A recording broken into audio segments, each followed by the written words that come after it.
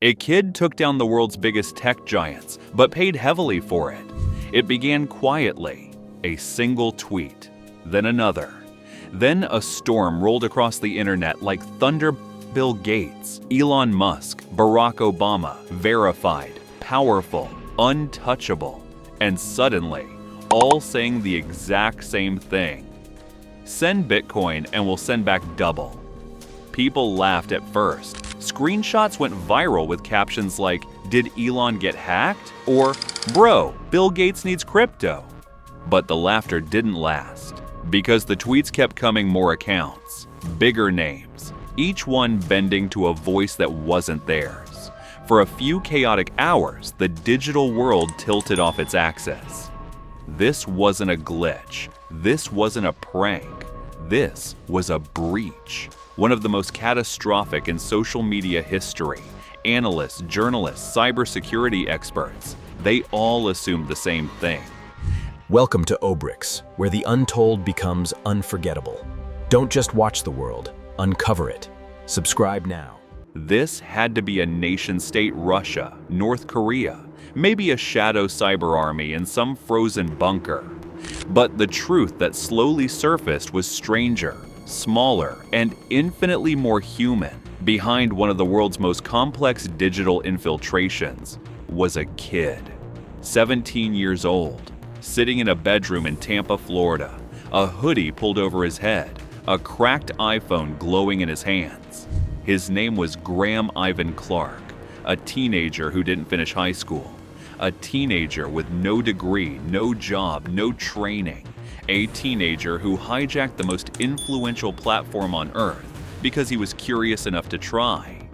And as the world watched its digital icons fall like dominoes, a chilling truth emerged. Sometimes, it doesn't take an army to expose a broken system. It just takes one kid willing to press the wrong button. Graham grew up in Tampa. Palm trees, humidity, the smell of asphalt after rain. He wasn't a star student. He wasn't an athlete. He wasn't dangerous. He was quiet, observant, curious. At 14, while other kids were chasing followers, Graham was chasing patterns. He didn't see the world the way others did, not as rules to follow, but as puzzles to solve. The internet became his escape, not the social side. The hidden side, online forums where stolen usernames were traded like rare treasures, at dark, at zero, at God. To most people, these were just vanity handles, but to hackers, they were currency, digital gold. There, Graham learned something dangerous. You don't need to break the code. You only need to break the person who protects it. This wasn't hacking with viruses or malware. It was hacking with empathy. He learned to mimic voices, build trust, and slip into conversations like smoke through a crack. Psychologists call it social engineering. Graham called it talking. On the night he breached Twitter, he didn't write sophisticated programs. He didn't exploit deep technical flaws. He picked up the phone, called a Twitter employee, pretended to be someone else, and the door opened. One phone call, one teenager, one global collapse of trust, because the world believes its systems are protected by walls of code. But in the end, they're protected by people, and people are the weakest firewall of all. The internet has no silence. Within minutes of the breach, chaos turned into investigation.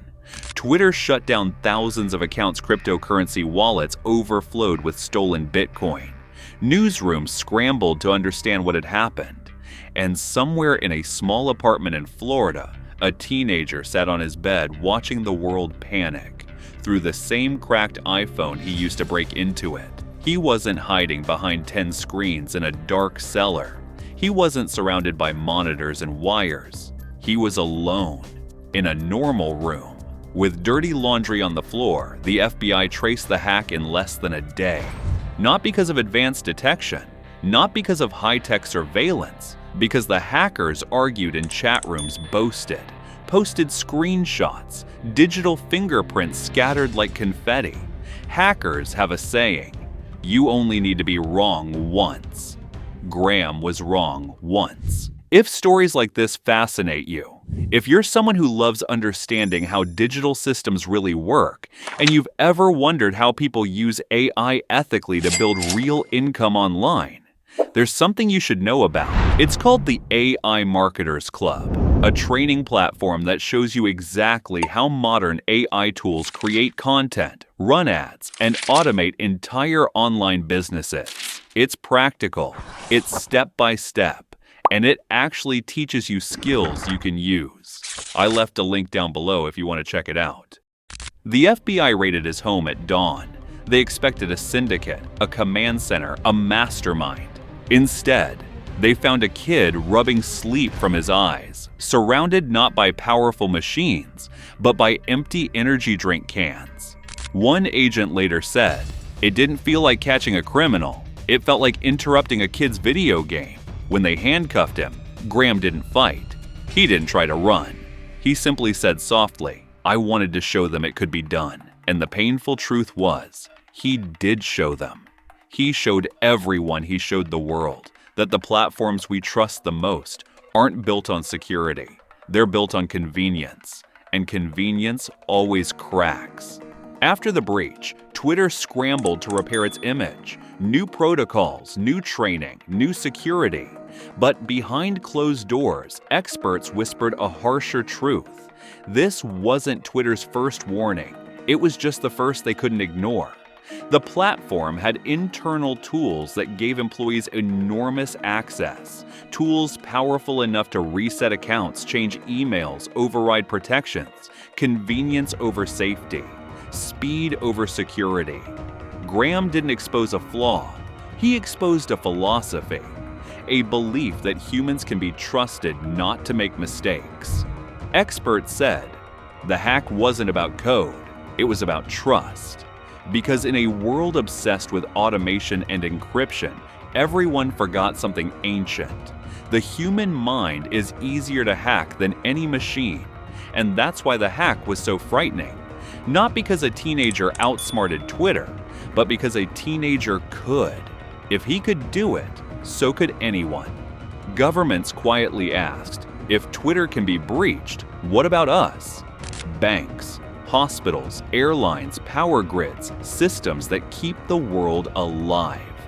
We built our civilization on digital foundations faster than we could understand them.